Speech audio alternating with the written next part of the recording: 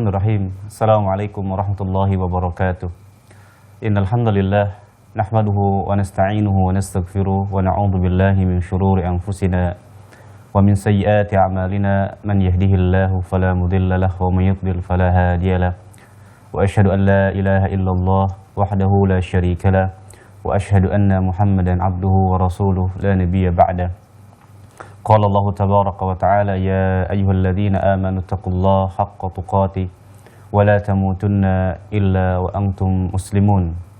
Fa inna asdaqal hadithi kitabullah wa khairal hadi hadi Muhammadin sallallahu alaihi wasallam wa syarrul umuri muhdatsatuha fa inna kulla muhdatsatin bid'ah fa inna kulla bid'atin dhalalah wa kulla dhalalatin finnar. Alhamdulillah, tidak ada kata yang pantas kita ucapkan di pagi hari ini selain puja serta puji syukur kita panjatkan kepada Allah Subhanahu wa taala, Allah Azza wa Jalla yang telah memberikan nikmat kepada kita semua. Di antara nikmat Allah Subhanahu wa taala yang Allah berikan kepada kita, yakni diberikan waktu untuk menuntut ilmu syar'i. Para pemirsa Ahsan TV dimanapun Anda berada, senang sekali di pagi hari ini kami menemani Anda kembali dalam program kajian rutin, yakni tentang fikih usrah, merujuk kepada kitab Al-Wajiz fi Fiqih Sunnah wal Kitabil Aziz yang diasuh oleh guru kita Ustaz Abu Islama Imanuddin LCMA hafizahullahu taala. Dan kajian ini disiarkan secara langsung dan rutin di setiap hari Selasa pada pukul 6 sampai dengan selesai. Dan insyaallah taala Ustaz akan melanjutkan pembahasan di bagian 2, yakni tentang kiat mencari pasangan yang soleh dan solehah. Baik para pemirsa Ahsan TV dimanapun Anda berada, insyaallah ta'ala seperti biasa kami juga memberikan kesempatan bagi Anda, mengundang Anda untuk bisa bergabung dalam segmen interaktif. Anda bisa bertanya melalui layanan telepon di nomor 0811 900 7912. Atau Anda juga bisa bertanya melalui layanan pesan singkat di nomor 0811 900 7913. Insyaallah ta'ala kami akan berikan kesempatan bagi Anda setelah nanti Ustadz menjelaskan pembahasan. Baik, sebelum Ustadz memulai pembahasan, kita sapa beliau dahulu dari kediaman beliau di Pondok Pesantren Hamalatul Quran Kerawang. Assalamualaikum warahmatullahi wabarakatuh Ustadz. Waalaikumsalam warahmatullahi wabarakatuh. Gimana Ustadz kabar antum dan keluarga di sana Ustadz? Alhamdulillah. Khair, baik. Bersyukur kepada Allah, semoga semuanya baik. Amin. Barakallahu fiik wa jazakumullahu khairan. Kita mulai pembahasan Ustaz. Kami persilakan kepada Ustaz untuk memulai pembahasan. Falyatafaddal mashkuran. Bismillahirrahmanirrahim. Innal hamdalillah nahmaduhu wa nasta'inuhu wa nastaghfiruh wa na'udzu billahi min shururi anfusina wa sayyiati a'malina. من يهده الله فلا مضل له ومن يضلل فلا هادي له أشهد أن لا إله إلا الله وحده لا شريك له وأشهد أن محمدا عبده ورسوله اللهم صل على محمد وعلى آله وصحبه أجمعين يا أيها الذين آمنوا اتقوا الله حق تقاته ولا تموتن إلا وأنتم مسلمون يا أيها الناس اتقوا ربكم الذي خلقكم من نفس واحدة وخلق منها زوجها وبث منهما رجالا كثيرا ونساء واتقوا الله الذي تساءلون به والأرحام إن الله كان عليكم رقيبا يا أيها الذين آمنوا اتقوا الله وقولوا قولا سديدا يصلح لكم أعمالكم ويغفر لكم ذنوبكم ومن يطع الله ورسوله فقد فاز فوزا عظيما أما بعد فإن أصدق الحديث كتاب الله وخير الهدي هدي محمد صلى الله عليه وسلم شر الأمور محدثاتها وكل محدثة بدعة وكل بدعة ضلالة وكل ضلالة في النار. إخوة الإيمان kaum muslimin dan muslimat azzni Allah wa iyyakum. Kita kembali panjatkan puji dan syukur kita kepada Allah Jalla wa Ala atas segala nikmat yang Allah karuniakan kepada kita. Nikmat kesehatan dan afiat di hari-hari yang telah menguji keimanan kita semuanya. yang semuanya merupakan kebaikan bagi seorang muslim. In asabathu dharra sabara fahuwa khairun lah. Jika ditimpa satu musibah atau sesuatu yang terkadang hati manusia tidak menghendakinya, dalam bentuk ujian, dalam bentuk musibah, wabah, maka kemudian kita bersabar. Bersabar dengan meyakini bahwa ini semua adalah atas kehendak Allah Jalla wa'ala. Bersabar atas berkurangnya sesuatu yang ada pada diri kita, berkurangnya keluarga kita. Dan kesabaran ini sebagai bukti keridhaan kita akan qada dan qadar Allah Jalla wa'ala. Dan ini insya Allah kebaikan bagi seorang muslim. Dan semoga kita semua senantiasa karuniakan oleh Allah hati yang ikhlas untuk menerima segala apa yang Allah tetapkan kepada kita, dan hati yang bersabar atas setiap musibah yang Allah pun tetapkan untuk kita. Kita sampaikan salawat serta salam untuk Nabi yang mulia Muhammad sallallahu alaihi wa alihi wasallam, kepada keluarga beliau, kepada sahabat-sahabat beliau, dan juga kepada siapa saja dari umat beliau yang istiqamah berada di atas sunnah yang telah Rasulullah dan juga para sahabat lalui. Dan ini merupakan jalan yang terjal yang harus tetap dilalui oleh seorang muslim yang ingin selamat dunia dan akhiratnya. Yang ini merupakan bara api yang tetap harus dipegang oleh setiap umat Rasulullah yang ingin dicinta oleh beliau. Bahwa menegakkan agama tidak bisa dilakukan dengan santai. Berpegang dengan sunnah Rasul sallallahu alaihi wasallam kal qabid 'alal jamr, yaitu seperti memegang bara api. Dia panas dan dia juga akan membakar. Tapi kita diperintahkan untuk tetap istiqamah. Paling tidak tegakkan sunnah untuk diri kita, pribadi masing-masing seorang muslim. Lalu kemudian bisa kita dakwahkan kepada keluarga. Sebagaimana Allah Jalla wa'ala tegaskan, ya ayyuhalladzina amanu qu anfusakum wa ahlikum nara. Wahai orang-orang yang beriman, jaga dan pelihara diri kalian dan juga keluarga kalian dari api neraka. Menegakkan sunnah untuk diri sendiri, lalu kemudian menegakkan sunnah untuk keluarga. Bentengi keluarga untuk terus istiqamah di atas agama Allah Jalla wa'ala. Dan berdoa untuk diri dan juga keluarga, semoga Allah subhanahu wa ta'ala jadikan akhir hayat kita husnul khatimah, sehingga Allah merahmati kita, Allah mengampuni dosa-dosa kita, dan juga Allah memasukkan kita termasuk min ahlul jannah dan di surga Allah Jalla wa'ala. Amin. Allahumma amin. Ikhwatal iman a'azzani Allah, para pemirsa Ahsan TV, kaum muslimin dan muslimat yang dimuliakan Allah Jalla wa'ala. Di antara salah satu bentuk kecintaan kita kepada sunnah Nabi kita yang mulia sallallahu alaihi wasallam adalah dengan terus mengikuti keteladanan beliau dalam ilmu dan amal, termasuk dalam perkara fikul usra, yaitu fikih berkeluarga, fikih untuk membangun rumah tangga muslim yang diridhai Allah Jalla wa'ala. Dan ini adalah perlu ilmu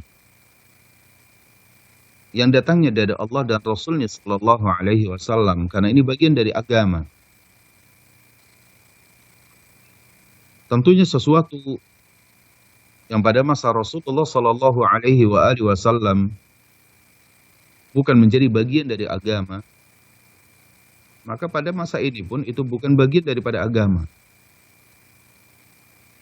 Tapi Nabi kita yang mulia sallallahu alaihi wasallam menjelaskan tentang perihal nikah, pernikahan, atau masalah berumah tangga, dan bagaimana Allah menjadikan tentang pernikahan itu di antara tanda kekuasaan Allah Jalla wa'ala. Sebagaimana yang Allah Jalla wa'ala berfirman dalam surah Ar-Rum ayat 21, min ayatihi khalaqa lakum min anfusikum azwaja litaskunu ilaiha ja'ala bainakum mawaddatan wa rahmah inna fi dzalika la ayatin liqaumin yatafakkarun. Dan di antara tanda-tanda kekuasaan Allah Jalla wa'ala, kami jadikan di antara kalian berpasangan agar kalian merasa tenang, tentram padanya. Dan Allah menjadikan di antara kalian kecintaan, kasih sayang. Ya, sesungguhnya itu semua tanda-tanda kekuasaan bagi orang-orang yang mau berpikir bahwa Allah Jalla wa'ala menjadikan pernikahan sebuah akad antara seorang laki-laki dan seorang perempuan yang sebelumnya tidak saling mengenal. Lalu atas izin Allah Jalla wa'ala mereka saling mengenal. Yang tadinya kita diperintahkan untuk menutup diri kita dari orang-orang yang asing dari hadapan kita yang bukan mahramnya. Lalu dengan sebab pernikahan, Allah halalkan itu semuanya. Lalu kita pun mendapatkan ketenangan dari pernikahan tersebut.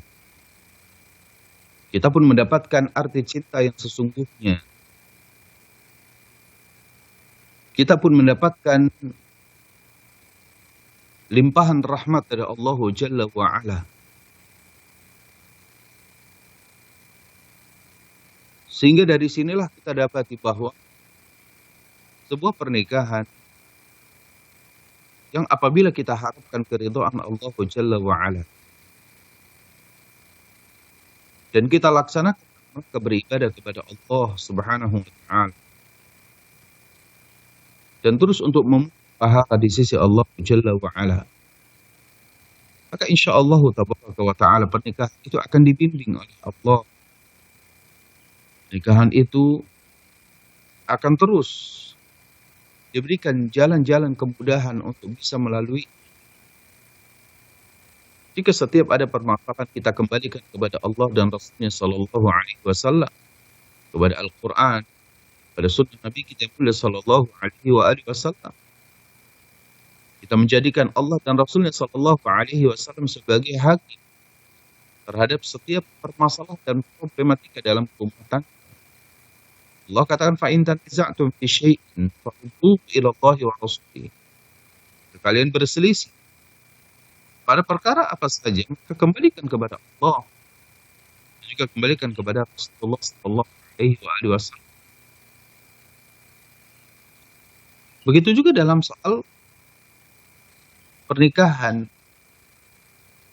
bahwa ilmu pernikahan ini adalah ilmu yang sangat panjang dijelaskan baik dalam Al-Quran maupun dalam sunnah Nabi kita sallallahu alaihi wasallam. Bagaimana pernikahan itu bertujuan menggapai ketenangan dalam hidup kita, ketenangan kita dalam menjalani hidup dan kehidupan kita di alam yang fana di dunia ini, dan juga ketenangan kita ketika kelak kita mempertanggungjawabkan atas apa yang telah kita lakukan di dunia di hadapan Allah Jalla wa'ala pada hari kiamat. Kita diminta mempertanggungjawabkan apa yang kita lakukan kepada istri kita, kepada anak-anak kita. Hal ini menandakan bahwa pernikahan dalam Islam itu bukan urusan duniawi saja, bukan selesai di dunia saja, tapi pernikahan itu yang harus lebih kita berikan kepada diri kita itu adalah tanggung jawab. Yang kita akan diminta pertanggungjawaban di hadapan Allah Jalla wa'ala. Kullukum ra'in wa kullukum mas'ulun an ra'iyatihi. Setiap kalian adalah pemimpin. Dan setiap kalian akan diminta kepemimpinan, pertanggungjawabannya di hadapan Allah Jalla wa'ala. Seorang laki-laki pemimpin bagi istrinya. Dan dia akan diminta pertanggungjawaban di hadapan Allah Jalla wa'ala. Sehingga dari hadis ini pun kita dapati bahwa pernikahan di dalam Islam itu adalah bukan terbatas hanya dinding-dinding rumah kita yang membatasi kita, pagar-pagar rumah kita yang membatasi rumah kita, kendaraan kita, bukan. Tapi lebih dahsyat daripada itu, bahwa pernikahan itu adalah merupakan perjanjian suci kita yang harus kita pertanggungjawabkan di hadapan Allah Jalla wa'ala. Sehingga barangkali dari sini konsep pernikahan di dalam Islam itu sangat jauh berbeda dengan konsep pada agama yang lain. Konsep pernikahan di dalam Islam itu pertanggungjawabannya adalah dunia kita dan juga akhirat kita. Tidak terputus. Untuk itulah, membangun rumah tangga itu, kita berusaha untuk mencari partner dalam hidup kita ini yang memang mencintai Allah dan Rasulnya Sallallahu Alaihi Wasallam, yang akan menemani kita di akhirat nanti. Bukan partner hidup semasa kita di dunia saja, tidak demikian. Dalam berumah tangga itu bukan hanya sekedar kita saling memuaskan dari syahwat kita, tidak demikian. Kita seorang muslim bukanlah hewan yang punya nafsu. Lalu apabila itu sudah tersalurkan lalu dianggap selesai, tidak demikian. Tapi kita manusia adalah makhluk yang telah Allah muliakan. Yang kemuliaan itu harus dijaga oleh kita, oleh setiap diri kita. Yang harus kita syukuri. Ketika Allah Jalla wa'ala membentengi diri kita ini dengan syariatnya yang mulia. Sehingga tertanamlah nilai-nilai kebaikan dalam rumah tangga kita. Terciptalah kesolehan pada pasangan kita. Ada saling mengingatkan, ada saling membina, mendidik, tarbiyah. Inilah pernikahan di dalam Islam. Dan pada pembahasannya lalu kita telah membahas bagaimana kemudian kesolehan seorang istri itu menjadi syarat utama terbangunnya rumah tangga yang kokoh. Fadfar bidzati qaribat yadak. Pilihlah wanita yang memiliki cintaan kepada Allah, ketaatan dan ketundukan kepada hukum-hukum Allah Jalla wa'ala, cinta kepada Rasulullah Sallallahu Alaihi Wasallam, maka itulah yang akan membuat rumah tangga kita itu rumah tangga yang sakin, rumah tangga yang penuh dengan mawaddah dan rahmah.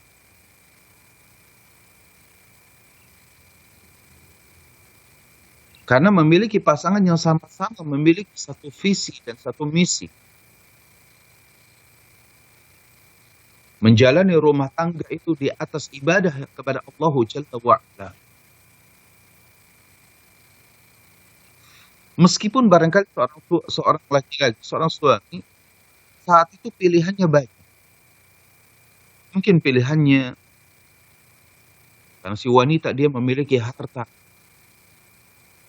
Karena si wanita ini memiliki hasab. memiliki keturunan dan martabat, status sosial, dihormati oleh orang, atau mungkin seorang laki-laki punya pilihan dia dengan wanita yang cantik misalkan. Tapi kita tahu bahwa harta itu akan habis jika dibelanjakan. Kecuali dengan apa yang disedekahkan, itu akan terus abadi ke hari kiamat. Itu pun harus dijaga dengan keikhlasan. Status sosial itu bisa jatuh ketika Allah menghendaki jatuh. Karena rusaknya akhlak kita, misalkan, setinggi apapun keturunan kita, ningrat kita, derajat kita, itu bisa selesai dalam sekejap. Allah lah yang mengangkat kemuliaan dari siapa yang Allah kehendaki. Dan Allah menghinakan, maha kuasa untuk menghinakan orang yang Allah kehendaki. Dan itu tidak perlu waktu yang lama. Begitu juga kecantikan. Karena sedikit sakit yang Allah berikan, Allah ujikan. Tadinya fisik kita itu sehat, terlihat segar fisik kita. Allah berikan satu kali sedikit saja ujian pada diri kita. Maka nampak sekali di wajahnya kekeributan. Dan hilang aura kecantikan yang ada pada dirinya secara fisik. Tapi lihatlah kalau kita memilih walidiniha. Karena wanita yang dia tegak pada agama, kecintaannya kepada Allah dan Rasulnya Sallallahu Alaihi Wasallam, maka segala apa yang mengiringinya dari hartanya akan dijaga oleh wanita yang punya agama. Keturunannya akan dijaga oleh seorang istri yang memiliki ketaatan kepada Allah Jalla wa'ala. Kecantikannya juga akan tetap dijaga untuk suami. Dia terus akan dijaga. Inilah hikmah dari kalimat fatsar bi dzatid din taribat yadah. Jadilah wanita yang memiliki watak kekokohan dalam agama, pemahaman yang benar berdasarkan Al-Quran dan Sunnah, sebagaimana para sahabat ridwanullahi alaihim ajma'in memahaminya. Itulah kemudian bangun rumah tangga tersebut.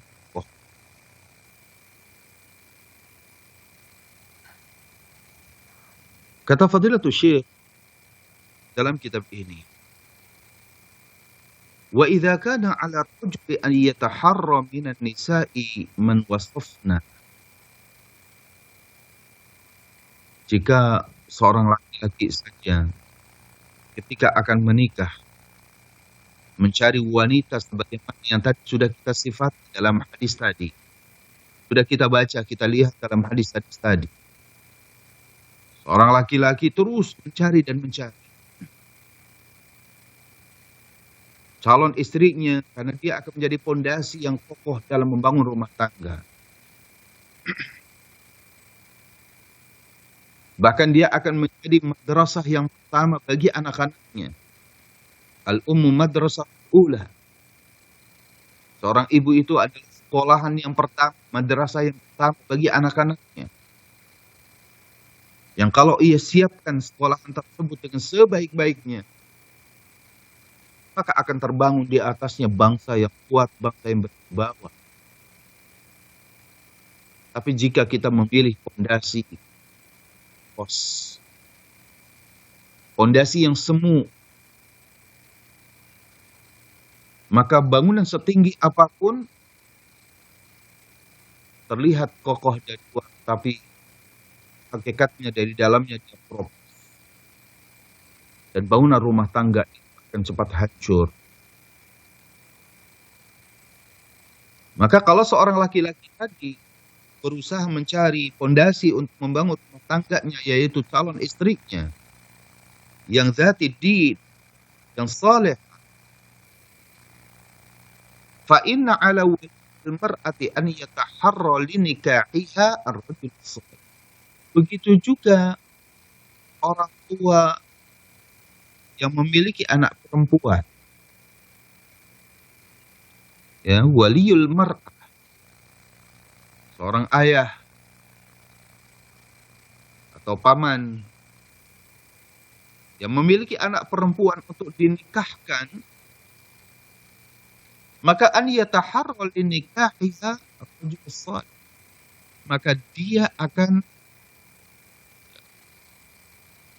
begitu selektifnya memilih laki-laki yang saleh untuk menikahi putri. Dia tidak sembarang untuk mencari laki-laki yang akan memimpin rumah tangga bagi putrinya. Dia tidak main-main di situ. Bukan hanya sekedar gantengnya, atau bukan hanya sekedar ketika datang dia berkendaraan mewahnya, tidak. Tapi ada sesuatu yang harus sungguh-sungguh dicari oleh seorang atau oleh orang tua ketika akan memilihkan imam, pemimpin rumah tangga bagi putrinya, yang sesaat lagi kalau sudah akad nikah maka sudah menjadi tanggung jawab seorang suami. Dia akan pilih calon suami untuk putrinya yang baik. Bagaimana kemudian cara memilihnya? Dalam hadis yang diriwayatkan dari Abu Hatim Al-Muzani, ia berkata, qala Rasulullah sallallahu alaihi wasallam. Rasulullah sallallahu alaihi wasallam bersabda, "Idza ja'akum man tardawna dinahu wa khuluquhu fa ankihuhu. Illa taf'alu takun fitnatun fil ardi wa fasadun kabir." Apabila datang kepada kalian, wahai para orang tua dari anak-anak perempuan, seseorang yang kalian ridho dinahu wa khuluquhu. Apabila telah datang laki-laki kepada kalian yang ingin meminang putrimu, yang Anda ridho terhadap apa? Dua hal. Dinahu wa khuluquhu. Agamanya dan juga akhlaknya.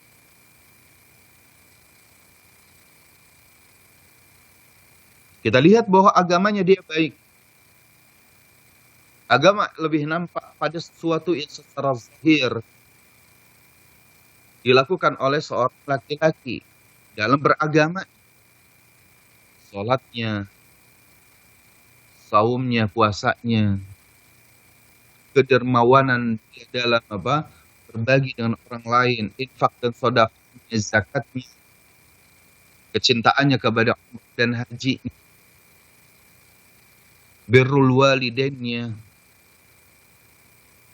Ini adalah agama. Sehingga perlu diuji. Calon menantu ini diuji oleh kita sebagai orang tua dari putrinya, dari anak perempuan akan kita nikahkan anak kita dengannya. Kita mesti uji calon menantu kita. Bagaimana uji itu adalah agama. Bagaimana sholatnya benar atau tidak.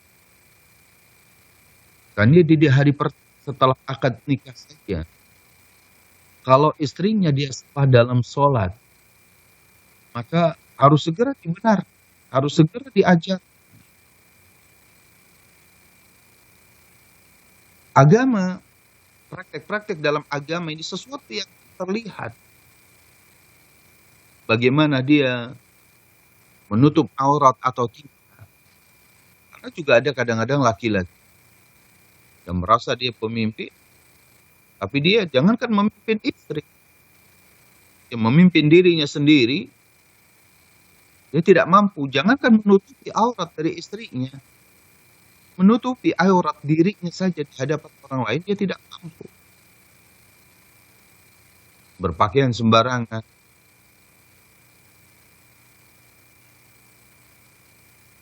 Agama ini sesuatu yang nampak, sesuatu yang bisa terlihat.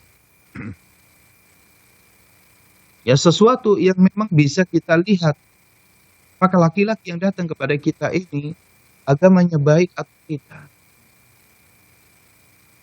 Bisa diuji pemahamannya, benar atau tidak pemahamannya.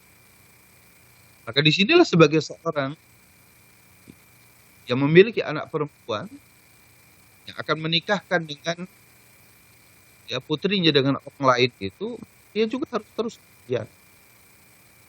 Agar dia tahu apa akan dia ujikan kepada calon menantunya. Ini benar. Nah ini ada poin yang sangat penting. Tapi kalau kemudian agama itu sudah baik, yaitu praktek-praktek secara zahir itu sudah nampak baik, maka masuk kepada ujian yang kedua, wa khuluqah, dan akhlaknya. Bagaimana keikhlasan dia dalam bangun rumah tangga yang akan dia bangun. Bagaimana keikhlasan dia, bagaimana kesabarannya, bagaimana rasa malunya, bagaimana kejujurannya, dan bagaimana dia ketika berhadapan dengan syariat Allah Jalla wa'ala bersegera atau menunda al-mubadarah al-khairat atau tidak, bersegera menunaikan kebaikan atau tidak. Ini akhlak. Ada si fulan di salat, tapi kemudian ternyata dia akhlak, ya. Dia tidaklah sholat padahal tidak ada uzur. Dia tidaklah sholat kecuali senantiasa dia meninggalkan masjidnya, meninggalkan sholat di awal waktunya, dan harus disuruh terus oleh istrinya misalnya. Inilah ujian yang harus dilakukan oleh kita, agar kita nirit pada akhlaknya. Maka idza ja'akum tardawna dinahu wa khuluquhu, apabila datang laki-laki yang akan meminang putrimu, ya maka lihat agamanya, lihat akhlaknya. Anda ridho atau tidak ridho? Kalau tidak ridho, ya maka jangan nikahkan anak kita dengan dia.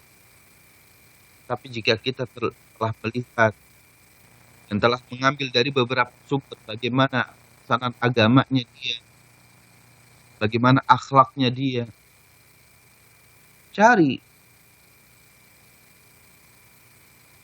dari tetangga-tetangganya yang dekat, dari sahabat-sahabat laki-laki ini yang dekat untuk memberikan informasi kepada kita. Untuk itulah mencari jodoh, apalagi mencari calon menantu, bukan dari medsos. Kita nggak pernah tahu siapa dia. Tapi cari dari orang-orang yang memang amanah, yang kenal. Dulu para ulama banyak sekali ketika akan menikahkan putra-putrinya, maka dia bertanya kepada ulama setempat, apakah kenal atau tidak dengan si fulan ini. Sekarang tanyalah kepada ustadz yang berasal dari tempat tersebut. Dari mana asal Anda? Dari sini. Cari ustadz, apakah Anda kenal dengan dia atau tidak? Bagaimana agamanya? Bagaimana akhlaknya? Bukan tiba-tiba datang seorang laki-laki yang sudah berkenalan dengan anak kita di medsos, sudah berkenalan dengan anak kita di halte bus, sudah berkenalan dengan anak kita di mall, lalu dibawa pulang ke rumah, lalu kemudian karena merasa sama-sama cocok, sama-sama ini. Tapi kita tidak pernah menilai agamanya, tidak pernah menilai akhlaknya. Bagaimana kemudian rumah tangga tersebut akan dibangun? Kita cari, tidak terburu-buru, butuh waktu. Sepekan, 2 pekan, 3 pekan, terus. Kalau kemudian sudah yakin, Anda ridho terhadap agamanya, Anda ridho terhadap akhlaknya, fa'ankihu. Kata Rasulullah Sallallahu Alaihi Wasallam, maka segera nikahkan si laki-laki yang datang ini dengan putri. Fa'ankihu. Illa taf'alu, karena kalau tidak segera kalian nikahkan, takun fitnah fil ardi, akan terjadi fitnah di atas muka bumi, wa fasadun kabir, dan kerusakan yang besar. Fitnah di atas muka bumi ini banyak. Akan terjadi pacaran,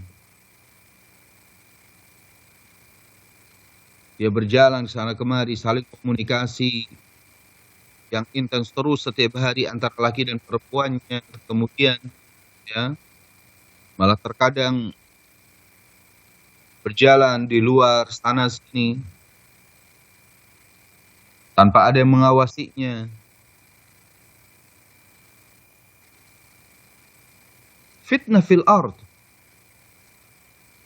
Kalau tidak segera dinikahkan dengan laki-laki agamanya baik dan akhlaknya baik.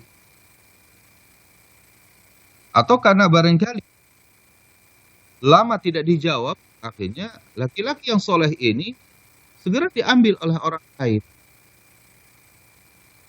yang faham tentang ini, maka kita akan rugi. Takun fitnatun fil ard wa fasadun kabir, akan terjadi banyak kerusakan di atas muka bumi ini, kerusakan yang besar. Akan ada perzinahan yang begitu maraknya, dan juga akan terjadi rusaknya komunitas masyarakat, kemuliaan masyarakat, peradaban masyarakat muslim. Dan inilah yang membahayakan. Sehingga Nabi kita yang mulia sallallahu alaihi wasallam menegaskan, "Idza ja'akum man tardawna dinahu wa khuluquhu fa'ankihu." Telah datang laki-laki kepada kalian yang sudah bermaksud melamar putri kalian, yang kalian ridho agamanya dan juga akhlaknya, fa'ankihu, segera ya, nikahkanlah dia. Karena illa taf'al, jika kalian tidak melakukannya, takun fitnatun fil ardi wa fasadun kabir, maka akan terjadi fitnah. Cukuplah fitnah bagi kita ketika ada orang tua yang mengatakan bahwa kamu sudah tamat SMA, kok belum punya pacar. Ini sudah fitnah di atas muka bumi ini. Orang tua yang jahil. Dan ini betapa banyak ini orang tua yang jahil dalam permasalahan ini, membiarkan anaknya berkenalan dengan perempuan lalu diajak ke sana kemari. Orang tua yang bertanya, sudah usia 17 tahun kok tidak punya pacar, ini adalah fitnah di atas muka bumi ini. Fitnah fil ard, yang menandakan bahwa kejahilan orang tua terhadap agama. Bahwa Islam datang untuk menjaga kehormatan kaum wanita. Yang kemudian dari fitnah-fitnah yang seperti ini akan menyebabkan fasad kabir, kerusakan yang besar. Untuk itulah tidak heran jika kemudian pernikahan yang dibangun itu kemudian pernikahan yang terpaksa. Pernikahan untuk menanggung malu, karena telah terjadi kerusakan yang pada akhirnya kemudian Si laki-laki ini tidak memiliki haibah, tidak memiliki kewibawaan di hadapan mertuanya. Dan mertuanya juga mengurangi sedikit penghormatan dan pemuliaan kepada menantunya. Karena telah merusak. Apakah kemudian itu yang kita harapkan? Iman, Allah. Tentunya hal inilah yang dijaga oleh orang tua. Bahkan semakin kita dapati di masyarakat kita ini, dengan teknologi yang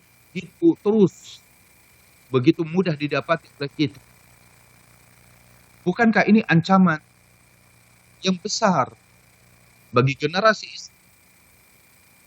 Bukan berarti bahwa kemajuan teknologi itu tidak boleh. Kita katakan selalu bahwa kemajuan teknologi itu dibarengi juga dengan kemajuan keimanannya dan ketakwaannya. Terkadang kita dan iptek yang selalu diagung-agungkan ini, yang selalu dijadikan sebagai apa? Ya, sebagai jargon dalam dunia pendidikan kita. Bahwa sekolah ini membangun imtak iman dan takwa sekaligus iptek itu pengetahuan dan teknologi. Tapi terkadang apa? Ipteknya itu maju tapi imtaknya itu turun. Terkadang tidak selalu berjalan beriring. Kenapa demikian? Karena siapa yang akan mengajarkan imtak, keimanan dan ketakwaan kalau kemudian gurunya juga dia kurang paham dalam soal agama. Sehingga bisa saja saat ini kita dapati kemajuan berbagai macam aplikasi-aplikasi gadget-gadget kita, di handphone kita, terkadang tidak juga dibarengi dengan dengan kemajuan dari sisi keimanan ketakwaan kita kepada Allah Jalla. Dan itu nyata. Itu penyakit ini itu sudah sampai bukan kepada anak-anak saja, tapi juga kepada kita sebagai orang tua. Betapa kita lebih senang ya, dengan kita daripada kemudian dengan musuh kita. Kita lebih senang menyendiri dengan handphone kita daripada kita kemudian sama anak-anak kita. Bukankah ini fasad, kerusakan yang besar di bumi ini? Kalau ini kemudian yang terjadi, lalu kemudian kita sebagai orang tua yang memiliki anak perempuan yang ingin kita nikahkan dengan menantu kita yang tidak soleh, kan jadi seperti apa rumah tangga di kelak ya, ketika sudah terbangun rumah tangga, akan dibawa kemana rumah tangga itu? Jangan-jangan rumah tangga itu akan dibawa sama seperti apa? Seperti makhluk, seperti hewan, seperti binatang yang mungkin hanya sekedar pagi mencari makan, lalu kemudian dikasihkan kepada anak istrinya, lalu kemudian itu dianggap selesai.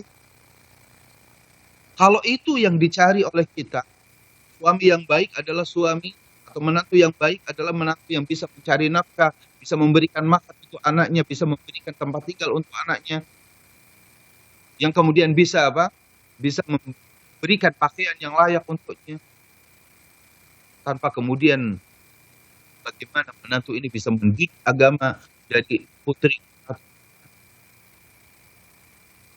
Maka tentunya apa bedanya kita dengan hewan yang setiap pagi dia keluar dari kandangnya, dia bisa cari makan, lalu dia pulang untuk anaknya, dia kasih makan.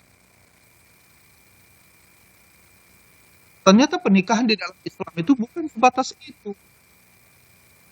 Itu hanya kewajiban yang itu tidak mau. Seorang istri harus dikasih nafkah oleh kita. Makanannya, pakaiannya, tempat tinggal itu untuk memuliakan. Tapi ada faktor kemuliaan yang bisa membangun itu semua adalah din. Bagaimana seorang suami mendidik agama istrinya, agama anak-anak. Karena itulah yang akan menjadikan tangan kita mampu menarik mereka untuk berada di hadapan Allah Jalla wa'ala. Yang mampu membawa mereka untuk apa? Untuk berada di surga Allah Jalla wa'ala. Bukan hanya sekedar makan. Kalau sekedar makan, ikhtal iman a'azni Allah. Itu sudah fitrahnya manusia, ketika lapar pasti akan cari makan. Ketika dia merasa kedinginan tidak berpakaian, pasti dia akan cari sesuatu untuk menutupi badannya dia. Ketika dia panas terik matahari ataupun dia hujan, dingin, pasti dia akan cari tempat berteduh. Itu sudah fitrah manusia. Tapi kalau dia tidak paham agama dan tidak ada yang membawa agama, apakah dia akan datang ke majelis ilmu? Apakah dia akan masuk dalam masjid untuk menunaikan ibadah sholatnya? Saya kira tidak semudah itu. Maka beruntunglah kalau kemudian tiba-tiba ada datang kepada kita seorang laki-laki yang setelah kita uji agamanya, Masya Allah, akhlaknya Masya Allah, luar biasa. Meskipun dia barangkali ya secara ekonomi dia sedikit anggih, nikahkan dia. Karena dia dengan agamanya, dia dengan akhlaknya yang baik, dia akan mampu mendidik istrinya untuk bersabar. Dia akan mampu mengajak istrinya dia untuk ridho terhadap kehidupannya. Tidak banyak menuntut. Tidak membuat bagi suami. Dan juga seorang tidak akan menyia-nyiakan. Karena dia tahu bahwa menyia-nyiakan istri adalah kezaliman. Tidak memberikan nafkah itu kezaliman.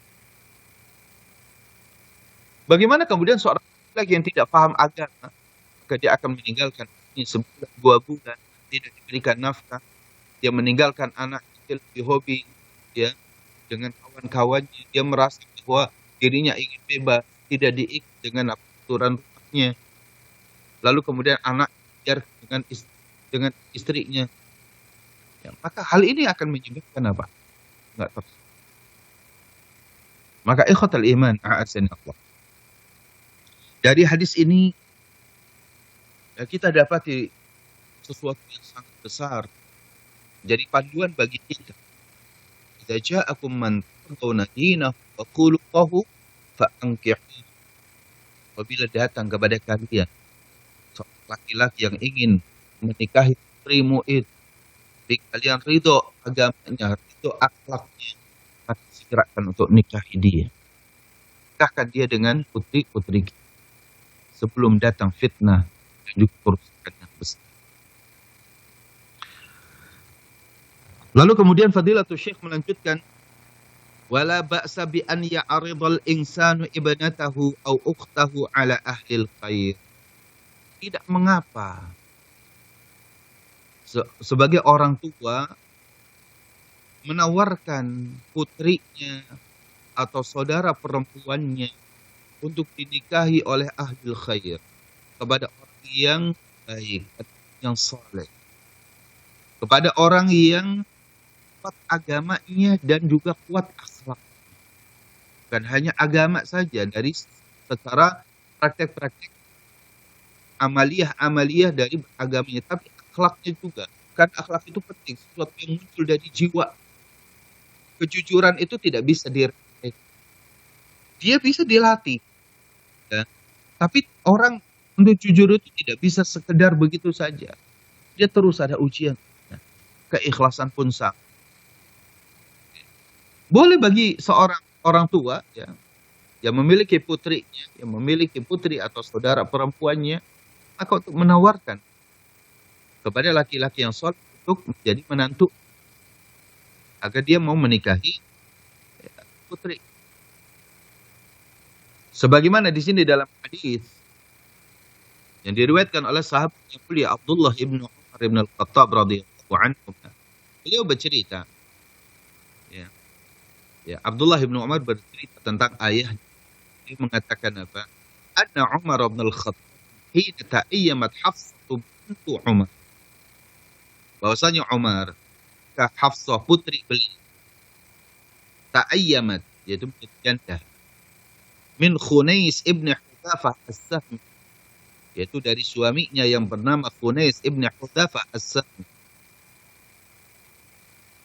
yang waktu itu tuwfiya bil Madinah, meninggal di Madinah. Dan Khunais bin Hudzafah ini adalah sahabat Rasulullah sallallahu alaihi wasallam. Ketika meninggal Khunais bin Hudzafah ini, kemudian istrinya bernama Hafsah, itu adalah putri dari sahabat yang mulia Umar bin Khattab, menjanda.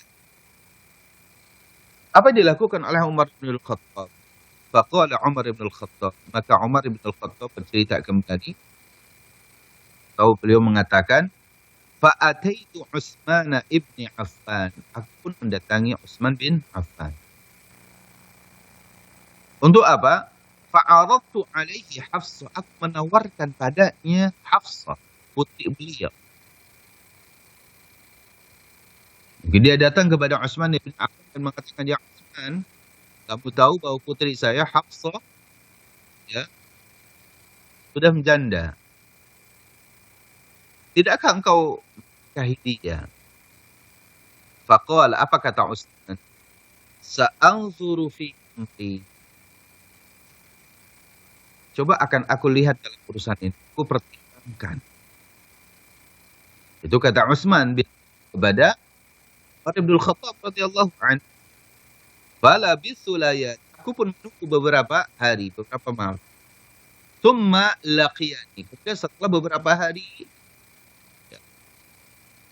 Utsman bin Affan menemui aku, faqala, lalu mengatakan, qad bada li alla atazawwaja yaumi hadz. Artinya apa? Utsman mengatakan kepada Umar bin Khattab, sepertinya nampak pada aku tidak akan menikah di hari-hari ini. Luar biasa. Artinya aku tidak, setelah dipertimbangkan, maka apa kata bin Affan? Kiranya aku belum bisa menikah di hari-hari.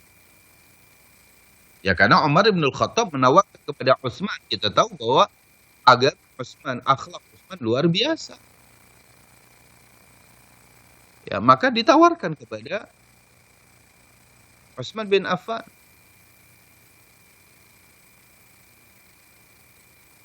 Qala Umar di sini.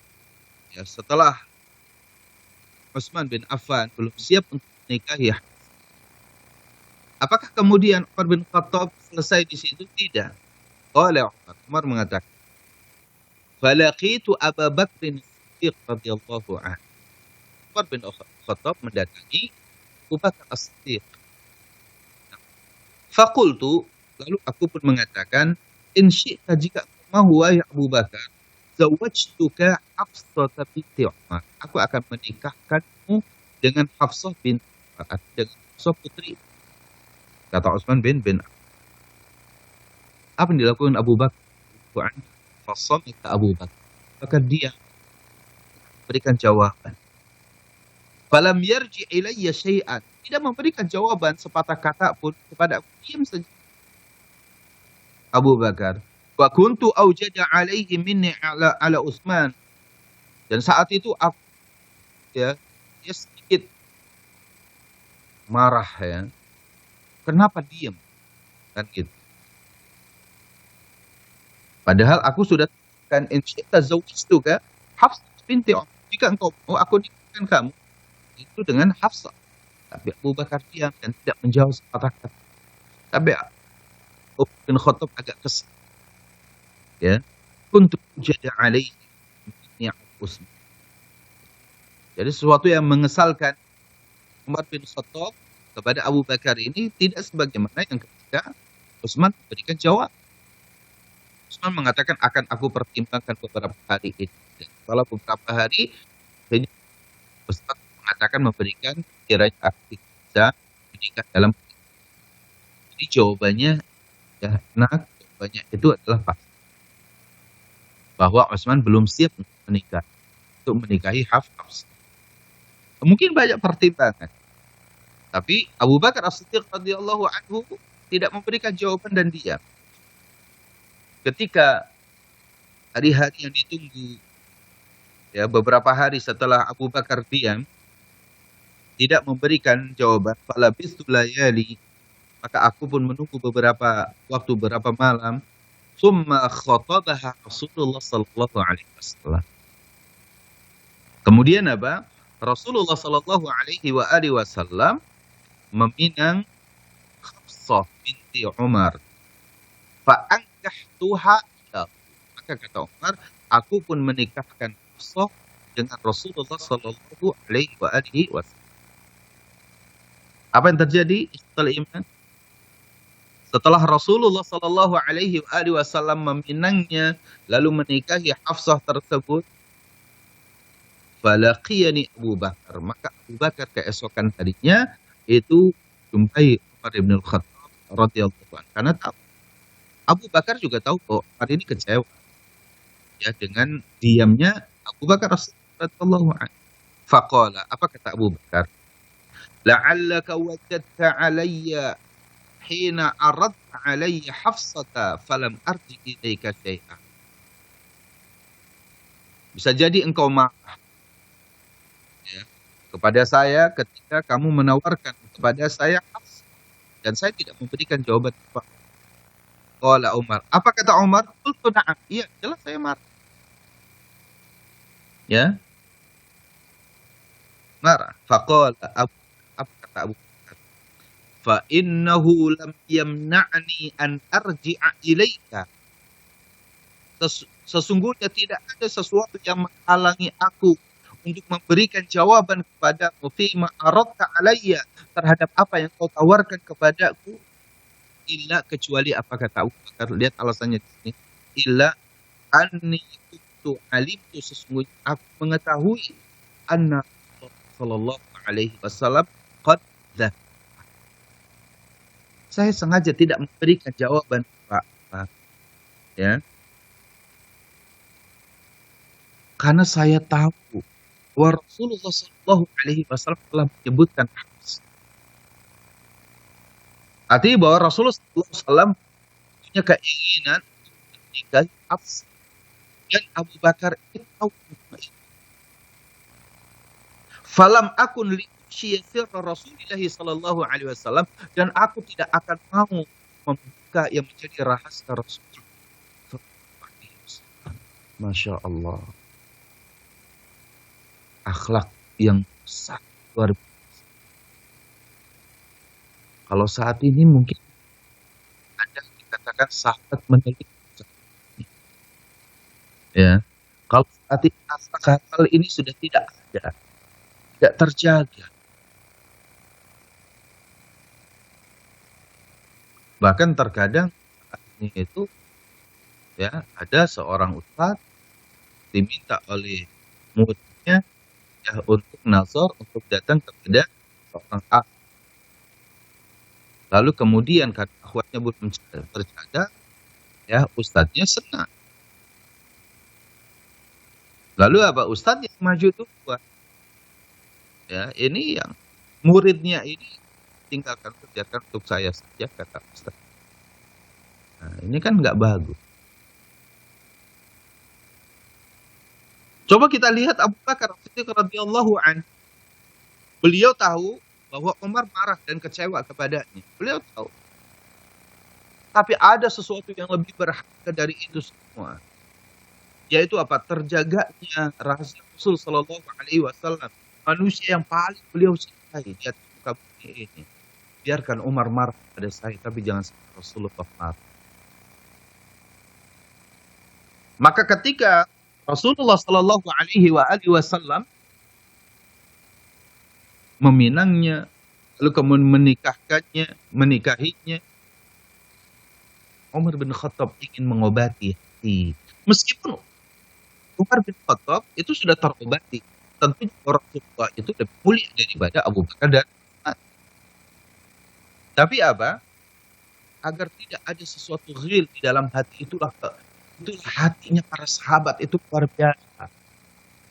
Bagaimana kemudian Syiah Rafidah alaihi, ya, mereka menghina manusia yang dicintai Rasul sallallahu alaihi wasallam, yaitu Abu Bakar As-Siddiq dan Umar bin Khattab radhiyallahu anhu, tetap sahabat yang baik.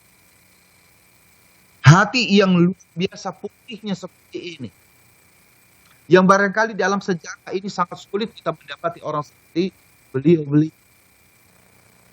Sampai beliau mengatakan, innahu lam yamna'ni an arji'a ilaika. Sesungguhnya tidak ada sebab yang menghalangi untuk apa? Ya, untuk memberikan jawaban terhadap apa yang kau tawarkan kepadaku agar aku menikahi Hafsah, illa kecuali ani tu alimtu an Rasulullah dzakara. Kecuali aku tahu, aku pernah dengar ya bahwa Rasulullah sallallahu alaihi wasallam pernah menyebut nama Hafsah di situ.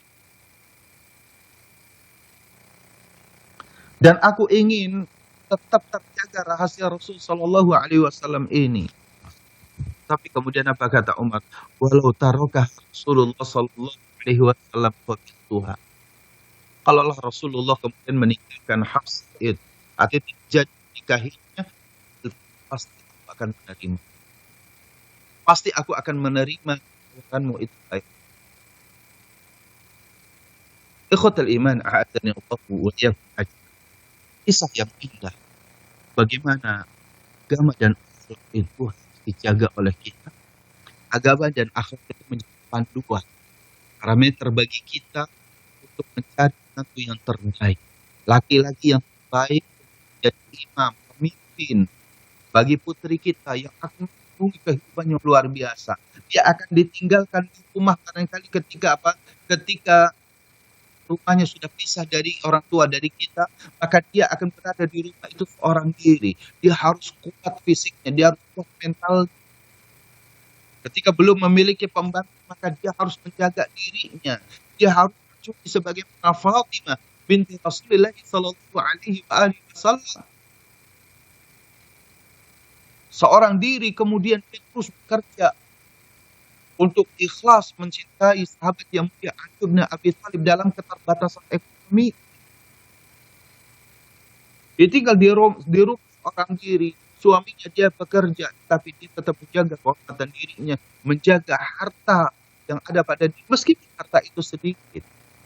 Itulah ya kalau tidak memiliki agama, kalau tidak memiliki kemuliaan akhlak, ini suami akan rusak di luar rumah, istri akan rusak di dalam rumah, dan akan terjadi kekacauan dalam rumah tangga tersebut.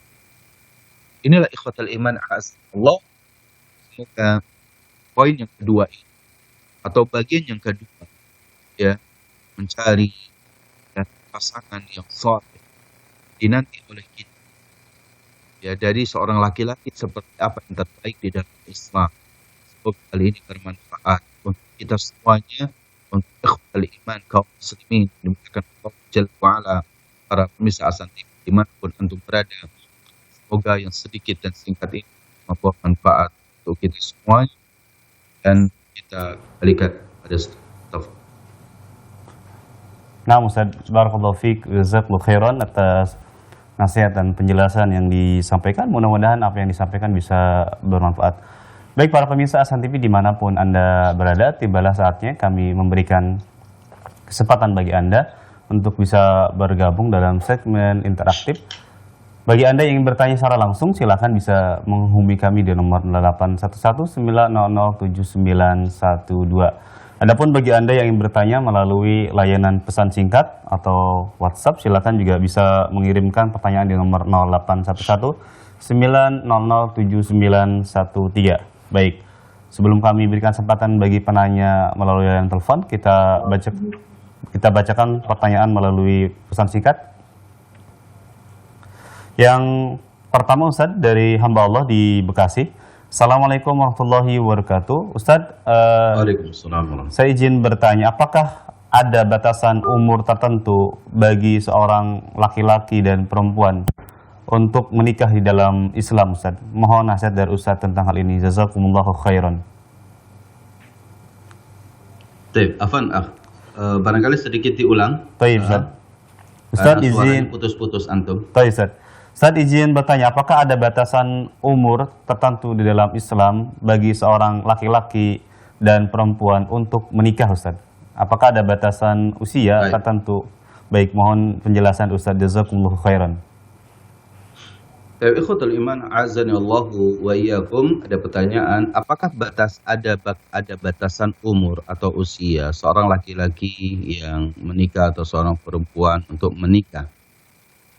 Tentunya bahwa batasan minimal tentunya kita paham bahwa kalau kita berdasarkan kepada hadis Rasulullah SAW dan juga riwayat yang menjelaskan tentang pernikahan beliau dengan Aisyah radhiyallahu anha, bahwa secara syar'i bahwa tentunya menikah itu pada usia baligh, ya, baik laki-laki maupun perempuan. Artinya kalau sudah baligh maka boleh bagi untuk menikah, ya. Artinya wanita itu sudah haid, ya, dan laki-laki itu dia sudah balik, sudah al-ihtilam, misalkan ya, sudah mimpi, ya, maka yang itu ditandai bahwa usia buluk atau usia balik. Atau barangkali kalau dalam batasan umur, ya, kita kebanyakan di masyarakat kita 15 tahun bagi laki-laki atau 15 tahun bagi wanita itu sudah balik. 15 tahun bagi laki-laki itu kebanyakan sudah ihtilam, mimpi basah, ya, dan wanita 15 tahun itu kebanyakan juga sudah balik. Artinya bahwa batasan minimal orang untuk menikah itu secara syar'i memang pada usia balik.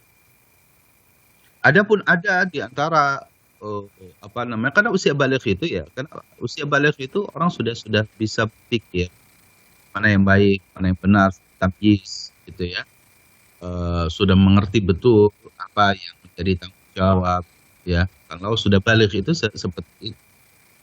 Tapi ada satu mungkin tradisi ataupun kebiasaan di masyarakat menikahkan anak-anak mereka dengan dijodoh-jodohkan sejak mulai kecil, ya. Ini tentunya tidak ada di dalam syariat kita seperti itu. Ya, hanya karena pertemanan orang tuanya, ya, saling janji nanti kalau kamu punya anak perempuan, saya punya anak laki, atau kebalikannya, yuk kita tetap nikahkan agar persahabatan kita terjaga pada anaknya masih bayi misalkan atau masih kecil. Tentunya ini bukan, apalagi sampai akan nikahkan, ya jelas ini nggak sah, ya, karena belum paham, belum balik, gitu ya, masih kecil dia nggak paham. Ya, tapi kalau sudah balik itu insya Allah dia sudah memahami. Hanya saja bahwa kita ini berada di dalam sebuah negara yang memang punya aturan hukum, ya, dan juga aturan hukum ini tidak selalu juga bertentangan dengan syariat, ya. Seperti misalkan, ya, pemerintah kita menetapkan bahwa anak-anak itu atau seorang boleh menikah itu pada usia misalkan 17 atau 18 tahun misalkan. Kenapa? Karena dari situ tuh muncul kedewasaannya tuh nampak, dan mungkin usia sekolah dia itu secara pendidikan itu mungkin sudah tamat menengah atas, gitu ya. Sehingga dia nampak bahwa kedewasaan itu sudah mulai nampak ketika seseorang itu sudah lepas dari sekolah SMA misalkan. Ya, dia sudah bisa mencari nafkah, dia sudah bertanggung jawab, gitu. Meskipun tentunya bahwa tadi agama itu penting, ya, karena bukan hanya mencari nafkah secara materi saja, tapi juga secara secara pendidikan, ya, pemahaman agama itu juga penting. Sehingga batasan minimal itu punya ada, tapi batasan maksimal tidak ada. Ya, misalkan bahwa seorang laki-laki berusia 65 tahun, dia duda atau dia belum menikah sama sekali, lalu di akhir-akhir hayatnya dia ingin menikah, lalu kemudian menikah dengan wanita yang usianya sudah 70 tahun juga, maka tidak mengapa hal itu. Ya, artinya tidak mengapa. Tetapi untuk batasan minimal tadi itu baligh, ya, itu adalah sesuatu yang menjadi patokan kita. Ya, demikian. Nah, Ustaz, jazakallahu khairan atas jawaban dari Ustaz, mudah-mudahan bisa dipahami oleh penanya. Kami persilakan kembali bagi pemirsa yang ingin bertanya secara langsung di nomor 0811 9007912. Sudah ada yang masuk? Silakan kembali bagi pemirsa yang ingin bertanya secara langsung. Terputus? Baik, terputus. Kita bacakan berikutnya penanya dari Bekasi. Ustadz, Assalamualaikum warahmatullahi wabarakatuh. Ustadz, Assalamualaikum warahmatullahi. bagaimana hukumnya apabila seorang laki-laki yang sudah siap menikah, Ustadz, berusia 22 tahun, tetapi masih belum memiliki kemampuan untuk menafkahi? Bagaimana Islam memandang tentang hal ini, Ustadz? Mohon nasihat dari Ustadz. Jazakumullahu khairan. Baik. Pertama, apabila ada laki-laki yang sudah siap menikah, dia usianya 22 tahun misalkan, tapi dia belum memiliki kemampuan. Pertama, ya harus kita pahami bahwa kemampuan yang dimaksudkan itu adalah apa, gitu ya. Jika memang kemampuan untuk menikah itu belum mampu dari sisi fisik karena sakit misalkan, ya karena sakit, ya artinya dia udah pengen nikah usianya 22 tahun, tapi kemampuan secara fisiknya belum, karena memang dia misalkan sering sakit gitu ya, khawatir nanti tidak bisa menafkahi istrinya, maka tentunya bahwa ditunda terlebih dahulu bagi dia sampai kemudian fisiknya itu sehat, ya fisiknya itu sehat dan dia bisa menafkahi istrinya itu lahir dan batin, ya. Sebagian para ulama bahkan ketika menafsirkan kalimat al-ba'ah, ya ma'syar syabab man istata'a minkum al-ba'ata falyatazawwaj, wahai para pemuda apabila kalian mampu untuk al-ba'ah. Sebagian para ulama berpendapat bahwa al-ba'ah ya itu adalah apa? Al-jima. Yaitu barang siapa laki-laki yang dia secara fisik memang dia siap untuk menafkahi istrinya secara batin, artinya menggauli istrinya, ya, maka ya dia menikah. Kalau tidak maka fa'alihi bisaum, kan gitu. Kalau tidak mampu secara fisik karena sakit-sakitan atau karena ada penyakit sesuatu yang memang itu harus segera diobati, maka diobati terlebih dahulu baru kemudian dia menikah setelah dia sehat. Itu kalau secara fisik. Karena bagaimanapun menikah itu dia harus punya tanggung jawab secara fisik, dia harus memberikan kewajibannya kepada istrinya dalam bentuk nafkah lahir, yaitu mencari nafkah untuk makan, tempat tinggal, pakaian. Secara batin dia harus memberikan nafkah batinnya, menggauli istrinya gitu ya. Itu kan harus sehat ya, seperti itu. Itu yang pertama. Ya. Yang kedua, jika memang kemudian ketidakmampuan dia, ya fisiknya dia sehat, tidak ada permasalahan, gitu ya. Tapi mungkin secara finansial, ya, secara keuangan misalkan itu belum, masih sedikit atau apa, maka sebenarnya banyak cara yang bisa dia lakukan. Intinya adalah bahwa laki-laki itu jangan nganggur. Ya, sedikit apapun penghasilan kita, gitu, sekecil apapun penghasilan kita, ya maka cari istri yang memang siap menerima dengan keadaan kita, ya dengan finansial terbatas, tapi di atas dasar pemahaman agama. Karena terkadang sudah penghasilan kecil, agamanya kendor, tidak bisa mendidik istri agama, gitu ya, praktiknya apa? Ya itu tidak terdidik dengan baik. Nah, sehingga bagaimana kebutuhan istri harus dipenuhi semuanya, ya padahal untuk makan aja sulit, tapi istri harus punya handphone, harus punya ini dan yang lainnya, gitu ya. Maka pada akhirnya suami yang pusing sendiri dan akhirnya berujung kepada apa? Ya kalau dia tidak berbuat jahat, ya dia tidak mencari harta ekonomi dengan cara yang halal, maka yang haram pun dia lakukan demi memenuhi kebutuhan dan keinginan istrinya, dan ini nggak benar, ya kan? Maka kalau dia memang secara finansialnya itu dia sedikit, intinya Anda jangan nganggur, bekerja, tunjukkan kepada calon mertua bahwa kita laki-laki tidak nganggur, kerja. Ketika ditanya kerjaan Anda apa misalkan, contoh misalkan, mohon maaf ya, misalkan contoh, mohon maaf Bapak, kerja saya pemulung. Saya ngambilin sampah. Ya.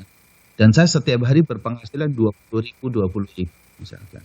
Tapi saya tidak nganggur. Saya pengen tetap punya penghasilan.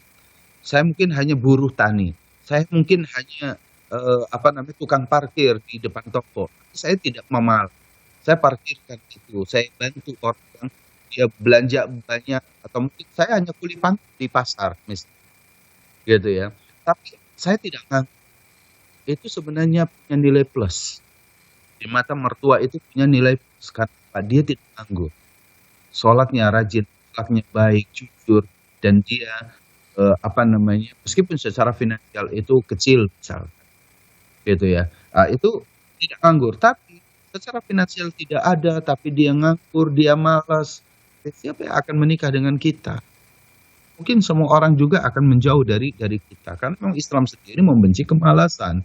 Bahkan Rasulullah mengajarkan kita doa untuk berlindung dari kemalasan. Allahumma inni a'udzubika minal ajzi wal kasal. Ya Allah, aku berlindung kepadamu dari sikap lemah dan juga malas. Ya, laki-laki yang lemah dan malas itu tidak bermanfaat. Jangankan dia memberikan manfaat kepada istrinya, kepada mertuanya, dia bermanfaat untuk dirinya saja tidak bisa. Maka kalau kita sudah laki-laki usia 22 tahun, siap menikah, gitu ya. Saya bekerja, penghasilan saya sedikit. Apa? Mengenai masalah pembiayaan untuk menikah, itu banyak jalan. Ada Baitul Mal, ya, ada barangkali lembaga amil zakat. Nah, itu bisa dimintai bantuan untuk apa? Membiayai. Mungkin juga ada paman-paman kita, ada saudara kita, mungkin juga kaum muslimin. Ya, mungkin juga ada lembaga tertentu yang dikelola oleh seorang ustadz, misalkan yang memberikan kemudahan bagi para pemuda untuk menikah. Itu banyak jalan, tapi Anda sendiri apa? Gitu ya. Kalau misalnya kita memberikan ikan saja, ikan akan cepat dimakan habis. Tapi antum harus punya kailnya. Ya, punya kailnya. Ketika ikan habis, antum mengail lagi sehingga terus kehidupan itu berjalan. Ya, demikian. Jawaban dari Ustadz, mudah-mudahan bisa bermanfaat dari jawaban Ustadz. Kita berikan kesempatan berikutnya Ustadz dari seorang muslimah bertanya.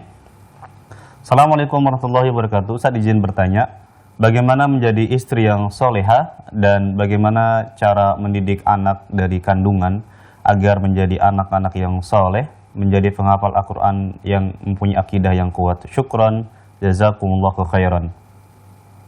Baik. Bagaimana menjadi istri yang salehah?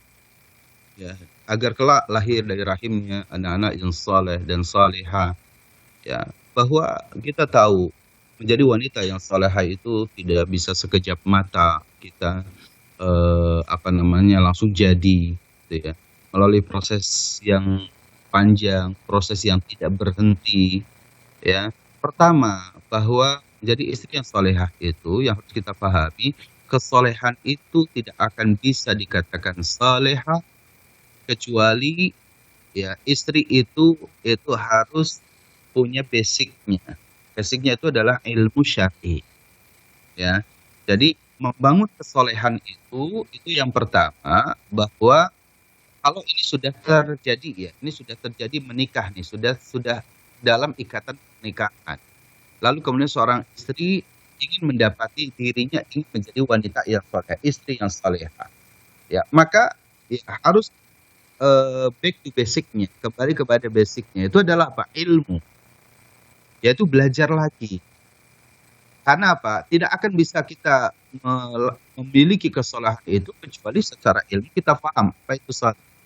Ya, jadi harus basic kembali kepada basicnya lagi, yaitu menuntut ilmu.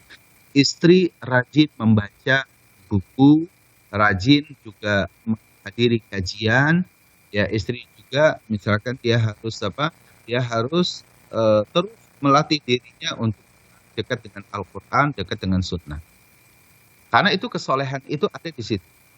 Kesolehan itu bisa dilatih melalui hadirnya kita di majelis ilmu. Kesolehan itu bisa dilatih oleh kita dengan membaca buku-buku yang pemahamannya benar, gitu ya. Itu poin yang pertama.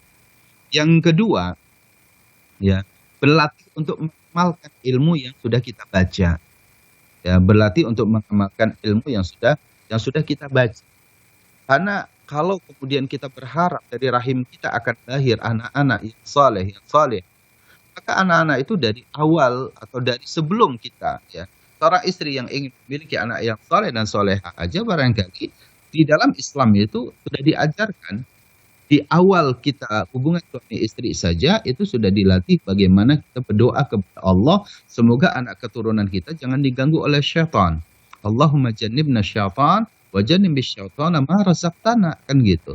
Jadi sudah diajarkan, ya. Jadi bukan apa namanya, bukan setelah punya anak. Maka saya sering mengatakan bahwa pendidikan Islam, pendidikan di dalam Islam, tarbiyah Islamiyah itu, pendidikan anak di dalam Islam itu, maksud saya tarbiyatul aulad, itu bukan ketika sudah memiliki anak baru kita mencari ilmunya, tidak. Tapi di dalam Islam itu justru tarbiyatul aulad dilakukan sebelum kita punya anak.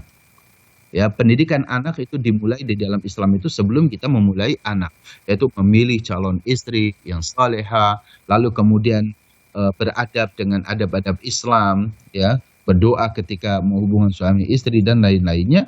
Ini adalah bagian daripada kesolehan dan itu ilmu.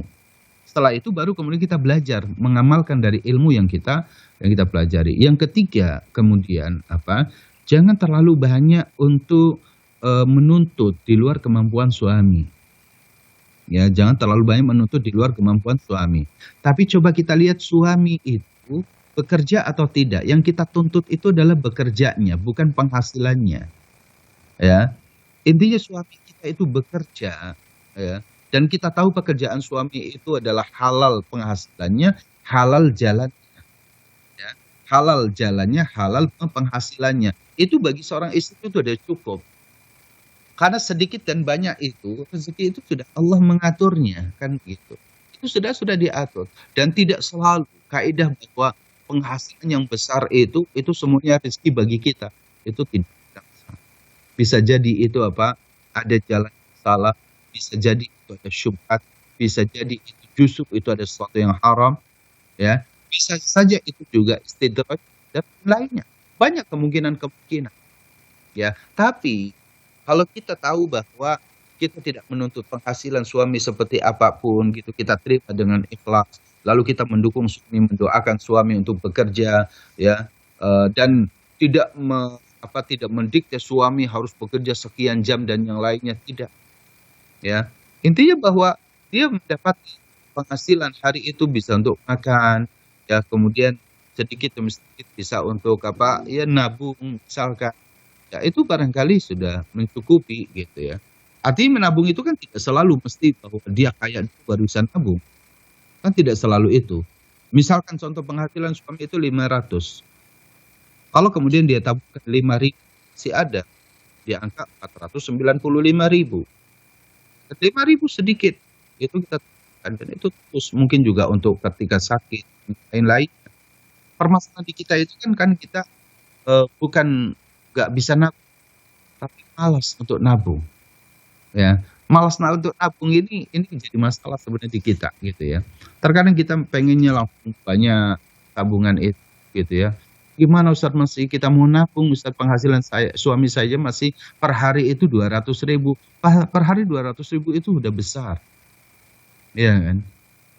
Per hari 200.000 itu udah besar. Jadi di sini adalah bukan masalah penghasilan. Melatih kesolehan bagi kita itu mencoba terus menerima apa yang diberikan oleh suami kita dari penghasilannya yang halal, jalan mencari nafkahnya juga yang halal, dan tidak mendikte suami untuk menghabiskan sekian jam untuk bekerja, tapi justru mendukung suami, jangan lupa sholatnya, jangan lupa ayo siapkan waktu untuk menuntut ilmu, ya, jangan ngelembur terus misalkan dan lain-lain. Ya, itu juga dari suami, dari istri.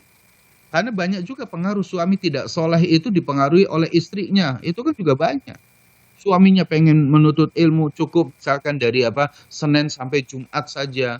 Tapi istri terus menuntut banyak hal sehingga Sabtu masuk kerja, hari Ahad juga harus masuk kerja dan lain-lain. Itu kan juga gak baik. Betapa banyak laki-laki yang masuk di dalam penjara itu juga karena tuntutan-tuntutan istri.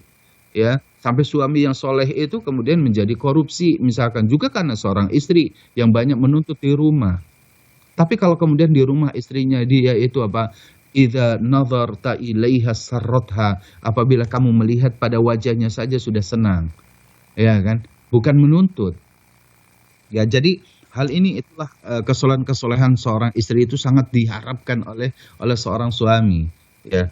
Untuk itulah suami itu pasti dia akan terus bekerja. Ya. Penghasilan itu tetap dia berharap kepada Allah. Istri pun tetap terus berdoa kepada Allah, meminta rizki kepada Allah. Bisa saja rizki itu jalannya bukan dari suami kita, mungkin juga dari dari saudara kita dan yang lainnya. Ya, ini yang harus kita paham bahwa intinya adalah apa? Cari suami yang mau bekerja, mencari nafkah, ikhlas, jujur. Itu bukan yang berpenghasilan. Ya, tidak semata-mata berpenghasilan yang harus kita cari, tapi intinya adalah bagaimana suami itu bekerja. Nah, inilah membangun kesolehan bagi seorang istri dan kelak akan lahir anak-anak yang soleh, anak-anak yang soleha, yang berbakti kepada ibunya, berbakti kepada bapaknya. Ketika melihat ayahnya dia bekerja, seorang anak akan memuliakan ayahnya. Ya, demikian. Nah, Ustaz, jazakallahu khairan atas jawabannya. Mudah-mudahan bisa dipahami. Kita bacakan Ustaz penanya terakhir di pagi hari ini dari seorang muslimah yang bertanya juga. Assalamualaikum warahmatullahi wabarakatuh. Ustaz izin bertanya, bagaimana hukumnya menolak ajakan suami dalam berhubungan karena sebab udzur seperti terasa sakit Ustaz ketika berhubungan? Dan pertanyaan kedua Ustaz, bagaimana hukumnya seorang istri membelanjakan uang dari gajinya sendiri secara bebas tanpa izin dari suaminya? Mohon penjelasan dari Ustaz. Syukran, jazakumullahu khairan. Baik.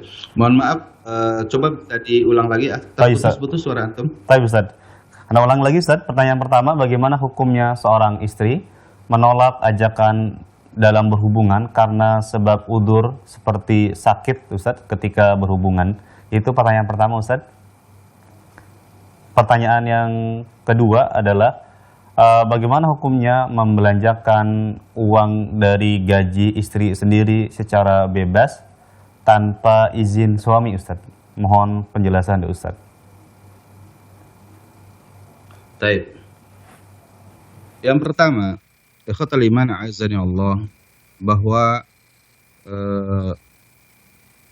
fitnah yang akan ditimbulkan atau yang kadang dirasakan oleh suami itu di luar rumah itu memang jauh lebih besar. Ya, bahwa suami bekerja di luar rumah, lalu kemudian dia akan berinteraksi dengan siapa saja. Ya, dan itu sering ada fitnah mata. Ya, meskipun barangkali suami yang saleh ini atau suami kita yang saleh itu sudah berusaha untuk menjaga, tapi terkadang syaitan itu tidak akan pernah berhenti untuk mengganggu manusia, mengganggu laki-laki yang saleh, sehingga dalam berinteraksi suami di luar rumah, di tempat kerjaan dan yang lain-lain, itu sering kemudian diganggu oleh wanita-wanita di sana. Sehingga terkadang, kenapa juga ada hadis yang misalkan apabila kalian keluar dari rumah lalu kemudian mendapati wanita yang jauh lebih menarik dari istrinya itu, maka diharapkan bisa kembali ke rumahnya gitu ya, untuk menenangkan dirinya gitu. Itu karena memang fitnah di luar itu kadang sangat-sangat besar seperti itu. Nah, sehingga terkadang seorang suami itu seorang suami itu dia punya keinginan untuk meredam syahwatnya. Ya. Maka selama memang tidak ada uzur syar'i bagi seorang istri, maka tentunya ya seorang istri juga harus melihat kemaslahatan yang lebih besar ketika dia memberikan memberikan kewajibannya dan agar suami menerima haknya gitu, yaitu dengan berhubungan suami istri. Tapi jika memang ada uzur syar'i yang memang sudah disampaikan kepada suami bahwa saya sakit dan kurang nyaman, misalkan dalam hubungan ini, saya khawatir ya sakit saya ini justru bertambah gitu ya, maka mohon maaf gitu. Tapi bukan berarti bahwa kemudian selesai sampai di situ gitu ya. Maka bukankah kita juga boleh tetap bermesraan dengan seorang istri, seorang suami gitu ya. Meskipun barangkali kita dalam keadaan sakit tidak cuek kepada suaminya gitu ya. Seperti itu. Jadi sampaikan kepada seorang suami ya baik-baik, kelembutan hati, penuh kecintaan kita kepada suami, maka insya Allah suami akan memahaminya gitu ya. tapi tidak dengan marah-marah, tidak dengan apa namanya eh, cemberut misalkan gitu ya. Itu harus dipahamkan seperti itu dan harus dilatih oleh kita. Sehingga bahwa penolakan kita itu bukan penolakan yang memang suami memahami bahwa saya sudah ditolak oleh istri saya gitu ya. Tapi dia suami suami bukan ditolak bahasanya bahwa tidak mampu saat itu melainkan karena dalam keadaan sakit. Sehingga bagaimana suami ini faham gitu ya. Nah, terkadang seorang istri itu suami tidak melihat istrinya itu sakit, tapi istri merasakan sakit sendiri gitu ya, sehingga suami tidak paham bahwa istrinya dalam keadaan sakit. Nah, bagaimana memahamkan suami bahwa saya ini dalam keadaan sakit? Nah, itu kalau tidak terang-terangan kepada seorang suami bahwa dirinya sakit, maka siapa yang akan lebih paham tentang Anda selain suami Anda kan gitu. Maka itu harus dijelaskan bahwa bisoroha roha dengan keterus terangan itu akan terjadi apa? Akan terjadi kenyamanan gitu ya. Maka jangan ditutupi misalnya kita sakit dan lain-lainnya. Ya itu satu. Jadi berusaha untuk tidak menolak dengan kata-kata, tidak menolak dengan dengan sikap-sikap yang nggak baik, tapi dengan kelembutan, dengan kasih sayang kepada suami, ya maka berikan pemahaman yang benar, maka insya Allah suami akan berusaha untuk memahaminya juga.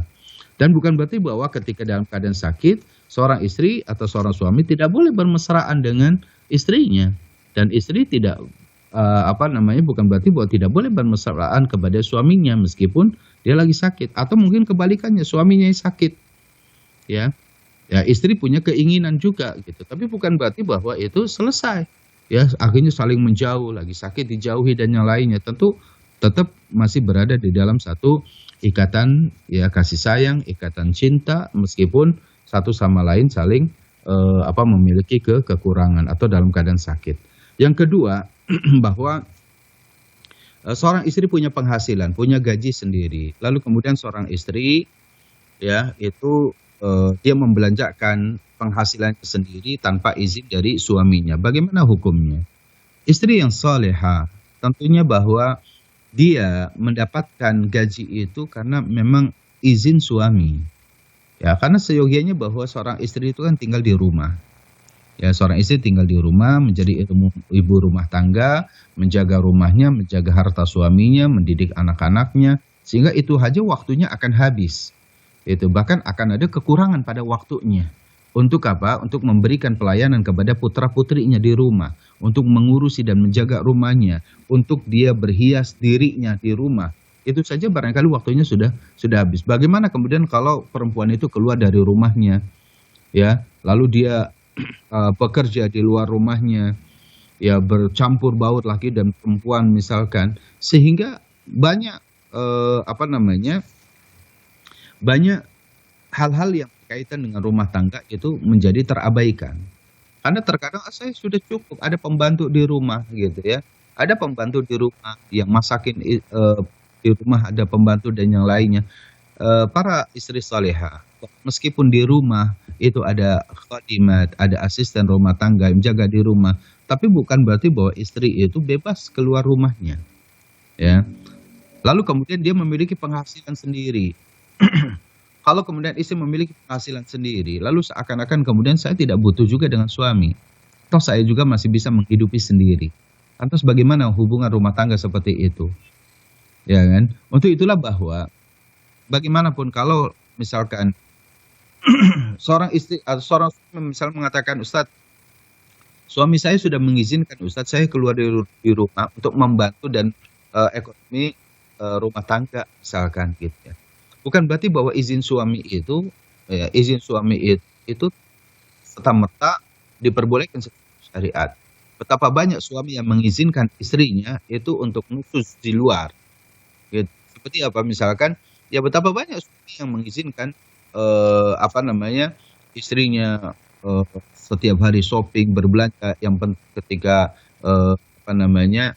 sore suami pulang ada di rumah. Dan lain kan tidak demikian. Hidup itu tidak seperti itu. Ya. Jadi di sini bahwa seorang istri dia punya penghasilan itu pasti ya bisa dipastikan bahwa dia mengambil hak-hak dalam rumah tangganya. yang mestinya dia ada di rumah, tapi kemudian dia tidak ada di rumah, ya. Hatta misalkan dia penghasilannya tinggi, bahkan kalau penghasilan lebih tinggi dari suaminya, biasanya seorang istri malah eh, tidak merasa membutuhkan suami lagi. Nah, ini yang bahaya dan itu adalah rusak. Dan inilah barangkali yang diinginkan dalam apa namanya gerakan-gerakan emansipasi wanita, yaitu adalah mengeluarkan wanita-wanita dari rumah-rumah mereka secara bebas. Tapi kalau misalkan bekerja di luar rumahnya, misalkan ya dekat dengan rumahnya ada pendidikan, dia ada mengajarkan sesuai dengan fitrah bahwa wanita itu adalah mendidik, membina gitu ya, atau barangkali dia punya klinik, dia punya apa namanya, ya dia punya klinik sendiri, dia punya praktek dokter sendiri, misalkan di apa rumah atau dekat rumah yang suami juga tahu di situ, maka insya Allah taala ya itu akan terjaga dan barangkali dia juga bisa menjaga waktunya. Ya, ada seorang misalkan seorang ummahat dia dokter, lalu kemudian dia bahkan diberikan apa izin sama suami untuk membuka klinik, lalu bersama dengan suaminya, yuk klinik dibangun, lalu kemudian ditempatkan istrinya untuk bekerja di klinik tersebut, suaminya dia bekerja di luar, tapi di situ terjaga aman, gitu ya. Maka tentunya dan itu banyak membantu orang misalkan, tapi hak-hak dalam hak suami di rumah tangganya tidak terbengkalai misalkan gitu. Ya bukan apa namanya bekerja di orang lain yang waktunya dibatasi oleh orang lain yang terkadang kita lebih harus taat kepada atasan kita jika dibandingkan dengan suami kita. Nah, ini akan jadi permasalahan. Karena kalau kita misalkan seorang istri menjadi misalkan menjadi pegawai di tempat orang lain, ya maka dia waktunya akan diatur oleh aturan tersebut. Sehingga Sehingga suami tidak memiliki kemampuan misalkan di situ. Pada akhirnya akan berantem, akan bertikai terus di dalam rumah dan tidak akan ada ketenangan di situ.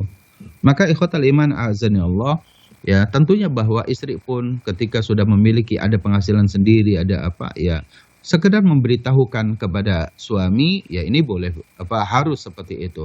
Meskipun tentunya bahwa suami yang saleh, ya maka juga dia tidak mau menggunakan harta istrinya.